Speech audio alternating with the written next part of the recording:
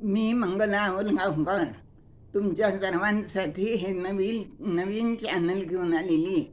मी छान छान गोष्टी सांगते मुलांना, आणि तसं तर त्या मोठ्यांनासुद्धा ऐकण्यासारख्या आहेत.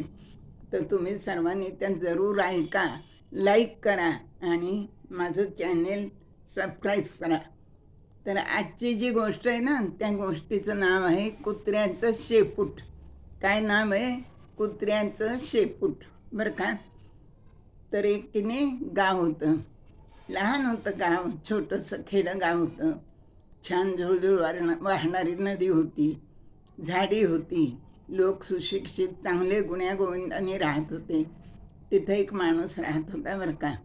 तो, त्याची बायको, मुलं, आणि तो माणूस खूप आळशी होता. खूप म्हणजे खूपच आळशी होता. त्याला सगळ्याच गोष्टींचा कंटाळा यायचा, काहीच करायचं नाही तो. त्याची बायको सगळी कामं करायची आणि सगळं तीच पाहायची.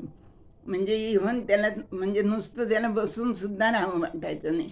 आडवा पडलेला असायचा आणि तहान लागली तर करायचा आणि मग त्याच्या बायकोनी ग्लासमधनं त्याच्या पाणी तोंडात ओतायचं. असा त्याचा हे होता, आळशीपणा. खूपच आळशी, खूपच आळशी. असे पुष्कळ दिवस गेले.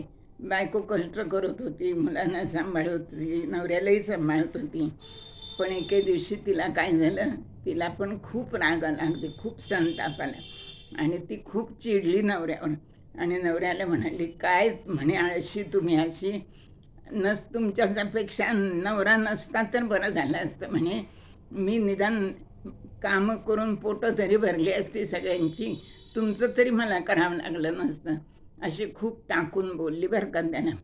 मग त्या माणसाला खूप राग आला त्या दिवशी, खूपच वाईट वाटलं अगदी. तो घरातून निघाला आणि मग एका झाडाखाली जाऊन बसला आणि देवाची तपश्चर्या करत बसला. 3 दिवस तो तसाच बसून राहिला, अन्न नाही, पाणी नाही, आणि देवाची तपश्चर्या करत बसला. 3 दिवसानंतर देवाला त्याची दया आली आणि देव त्याच्यासमोर उभा राहिला. तर देव म्हणाला, का रे बाबा, काय झालं तुला, एवढी कडक तपश्चर्या का करतोस? तो म्हणाला, काय सांगू म्हणे, माझी बायको मला फार टाकून बोलली म्हणे, आणि मला काम करायचा फार कंटाळा येतो. तर मला काम करण्यासाठी कोणीतरी मदतीला पाहिजे, तर कोणीतरी मदतीला द्या म्हणे मला तुम्ही माणूस. तर देव हसला किंचित त्याच्याकडं बघून आणि देव म्हणाला, माणूस नाही, अरे मी तुला ना राक्षसच देतो मदतीला. तू तुझी कामं अगदी पटापट करून टाकेल. काम सांगितलं की 2 मिनिटात झालं, काम सांगितलं की 2 मिनिटात झालं. असं तो राक्षस शक्तिशाली असेल. पण त्याची एक अट आहे म्हणे. काय अट आहे? तर त्या राक्षसाला तू सारखं काम सांगितलं पाहिजे. त्याला जर काम नसलं तर तो तुला खाऊन टाकेल. मान्य आहे का तुला? तो आळशी माणूस होता. त्याला वाटलं काही हरकत नाही, आपण याला, राक्षसाला सारखं काम सांगू आणि गुंतवून ठेवू. त्याप्रमाणे तो हो म्हणाला. मग लागलीच तिथे एक राक्षस आला आणि तो माणूस त्या राक्षसाला घेऊन घरी आला आणि मग तो राक्षसाकडनं सगळी कामं करून घ्यायचा. पहिले काही दिवस गेले आणि मग सगळी कामं झाली ना. आता राक्षसाला काम सांगितलं की तो पटकन करून यायचा. शेत नांगरून ये म्हणलं की तो 10 मिनिटात नांगरून यायचा. बी पेरून ये म्हणलं की 5 मिनिटात पेरून यायचा. कोणतेही काम तो पटकन करून पुन्हा यायचं आणि म्हणायचं, हां सांगा मला आता काम. आता एके दिवशी अशी वेळ आली की त्याच्या पुढं त्याच्याजवळ त्याला सांगायला काही कामच नव्हतं. आता काय करायचं? मग त्याला खूप भीती वाटायला लागली. त्याला वाटायला लागलं, आता हा राक्षस आपल्याला खाऊन टाकेल. मग त्याच्या घशाला कोरड पडली, दरदरून घाम फुटला त्याला आणि त्याला काहीच समजेना काय करावं ते. तेवढ्यात त्याची बायको आली तिथं. त्याची बायको खूप हुशार होती बरं का.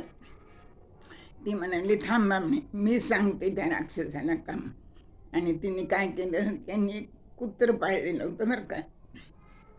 तर ती त्या राक्षसाला म्हणाली, ते जे कुत्रं आहे ना, त्याचं शेपूट तू सरळ कर म्हणे, हेच तुला काम आहे आज. मग तो बसला राक्षस सरळ करत. हाताने करायचा, पट्टी लावून पाहिली, नळीत घालून पाहिलं, पण ते नळी काढली की पुन्हा वाकडंच्या वाकडं. ते काही शेपूट सरळ कधी राहतच नव्हतं आणि राक्षस ते करत बसायचा. त्याची बायको अशी हुशार होती ना, ती कामाच्या वेळेला त्या राक्षसाकडून काम करून घ्यायची आणि काम नसलं त्याला ते कुत्र्याचं शेपूट सरळ करायला लावायची आणि त्याच्यामध्ये तो राक्षस मग गुंतून जायचा. अशा रीतीने त्या हुशार बाईने आपल्या नवऱ्याचे, आळशी नवऱ्याचे प्राण वाचवले आणि युक्तीने त्या राक्षसाचा वापर करून घेऊन आपला संसार नीट केला. असं हे कुत्र्याचं शेपूट वाकडं ते वाकडंच, ते कधीच सरळ राहत नाही. आवडली ना गोष्ट? मला माहिती आहे माझ्या गोष्टी तुम्हाला खरंच आवडतात. ठीक आहे, धन्यवाद. आता उद्या दुसरी गोष्ट परत बरं का.